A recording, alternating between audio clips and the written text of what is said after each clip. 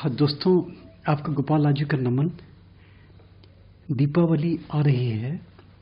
लक्ष्मी जी की साधनाएं सब लोग अपने अपने तरीके से करते हैं, जैसी जिसकी श्रद्धा है, जैसी जिसकी आस्था है, जैसी जिसकी सामर्थ्य है।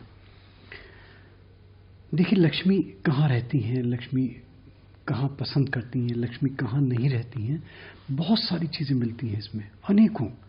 जनरली जो सामान्य सी बातें होती हैं, देखिए, जो सब लोग जानते हैं, सब कहते हैं कि जो व्यक्ति गंदे होते हैं, जिनके मुंह गंदे होते हैं, जिनके दांत गंदे होते हैं, जो अत्यधिक खाने पीने वाले होते हैं, जो चटोरे होते हैं, जो कृपण होते हैं, जो समय असमय सोते हैं, उनका कोई सोने का ठिकाना ही नहीं होता, जो पराये धन पर जिनकी नज़र रहती है, जो तन से भी गंदे हैं और मन से भी गंदे हैं, जो क्रोधी हैं, जो आलसी हैं, जो कृपण हैं, जो दुराचारी हैं, जो अपव्ययी हैं, जो दुर्व्यसनी हैं, हर वक्त दुर्व्यसनों में जो लिप्त रहते हैं, जिनके मकानों में, जिनके घरों में अशांति का वातावरण बना रहता है, ऐसी सैकड़ों बातें। तो वहाँ पे लक्ष्मी जी का वास नहीं होता। अगर लक्ष्मी आती भी हैं तो वहाँ से पलायन कर जाती हैं, और अगर लक्ष्मी आई भी तो फिर वो लक्ष्मी जी का जो सुख मिलना चाहिए, लक्ष्मी का आना, लक्ष्मी को भोगना, लक्ष्मी का सुख, ये बिल्कुल अलग अलग चीज़ें हैं। देखिए, बहुत सारे लोग ऐसे हैं, धनपति हैं, कुबेरपति हैं, और वो लक्ष्मी का सुख एक पासंग भी नहीं उठा पाते। और बहुत सारे ऐसे दरिद्र लोग हैं जिन पे कुछ भी नहीं है, सारे जीवन के सुख भोग रहे हैं वो। तो ये चीज़ें लक्ष्मी जी की सब बड़ी कॉमन सी, सामान्य सी। मैंने जो बातें छाटी, 3 बातें छाटी मुख्य रूप से। दीपावली की रात में जो व्यक्ति अगर इनको अमल करे तो आप देखिए कि आपको कितना अच्छा लगेगा। ये 3 काम आप भूल के भी ना करें।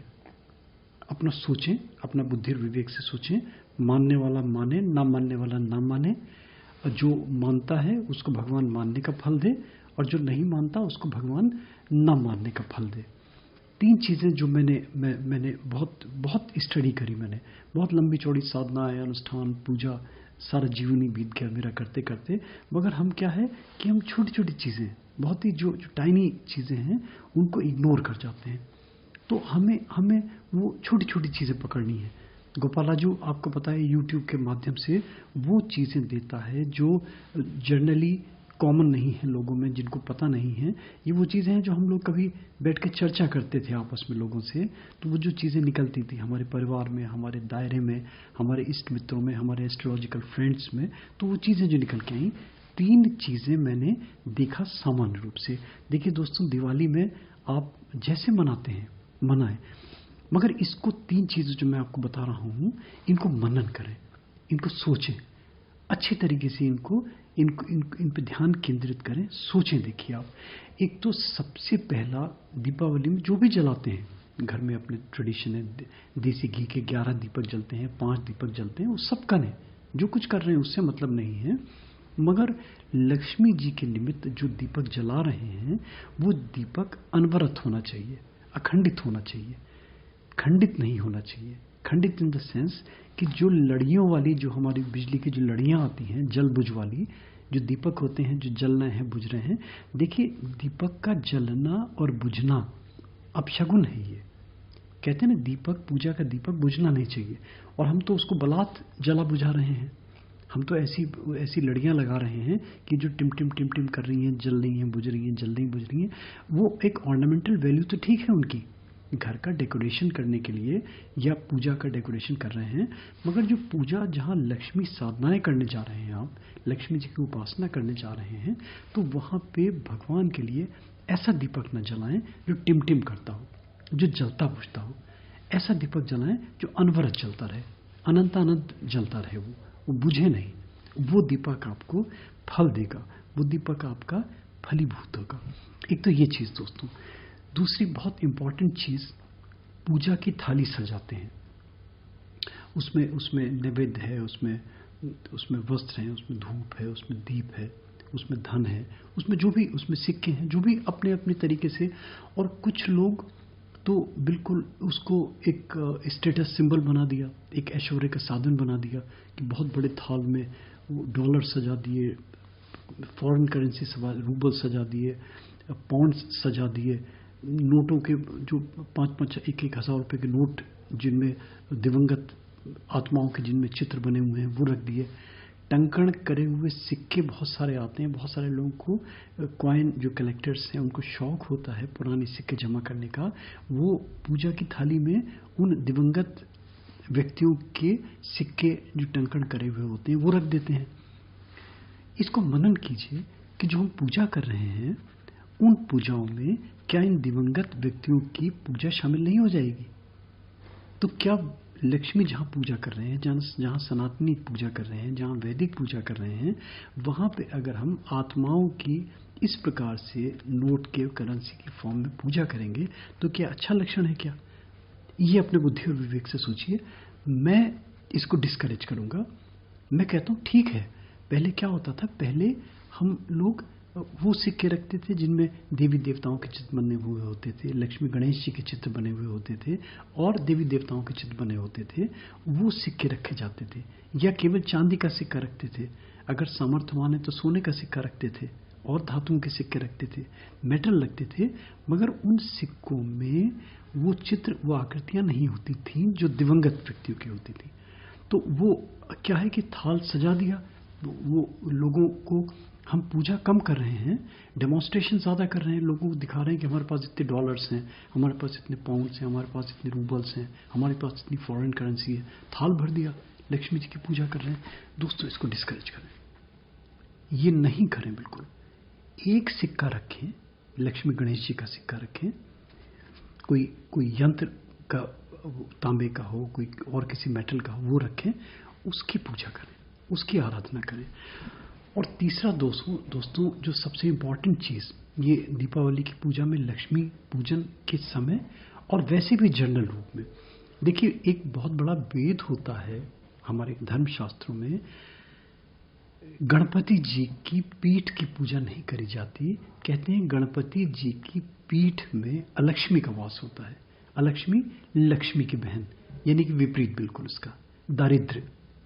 तो हम अगर गणेश जी की पूजा कर रहे हैं तो हम दारिद्र्य को निमंत्रण दे रहे हैं, हम अलक्ष्मी को निमंत्रण दे रहे हैं। तो जनरली क्या होता है, देखिए कि जो हमारा जो पूजा गृह होता है घर में, जिसका जैसा भी है जो भी है, तो बाहर जो एंट्री होती है, जो एंट्री पे जो गेट होता है, उसमें गणपति जी की मूर्ति, उनका फोटो, उनका कोई चित्र, उनका कोई कैलेंडर, पोस्टर, कुछ भी टांग देते हैं। तो गणपति जी का मुंह बाहर की तरफ हो जाता है। जिस समय हम पूजा कक्ष में बैठते हैं और पूजा करते हैं, तो हम अगर अपने गेट की तरफ, पूजा कक्ष के द्वार की तरफ अगर हम चेहरा करेंगे तो हमें क्या होगा, गणपति जी की पीठ दिखाई देगी। यानी कि हम पूजा गणपति जी की पीठ की कर रहे हैं और हम अलक्ष्मी को निमंत्रण दे रहे हैं। तो दोस्तों पूजा के स्थान में अगर गणपति जी की मूर्ति लगा रहे हैं, वो सामने ठीक है, सामने जो लक्ष्मी गणेश रखते हैं, जो भी तरीका है, जो भी, ये भी मेरी समझ में नहीं आता कि लक्ष्मी गणेश जी क्यों रखते हैं, लक्ष्मी नारायण की क्यों नहीं रखते, लक्ष्मी कुबेर जी की क्यों नहीं रखते, इसका मैं अलग से ऑडियो दे रहा हूँ। मगर जो गणपति जी का अगर आप करते हैं तो गणपति जी की स्थापना इस प्रकार करें कि यहाँ पे पूजा कक्ष में उनका पीठ की पूजा न करी जाए, उनके चेहरे की, उनका फ्रंट पोर्शन की पूजा करी जाए। ये दोस्तों 3 बातें आप देखें कि लक्ष्मी को निमंत्रण देने के लिए, लक्ष्मी की कृपा पाने के लिए ये बहुत ही अच्छा उपक्रम सिद्ध होगा।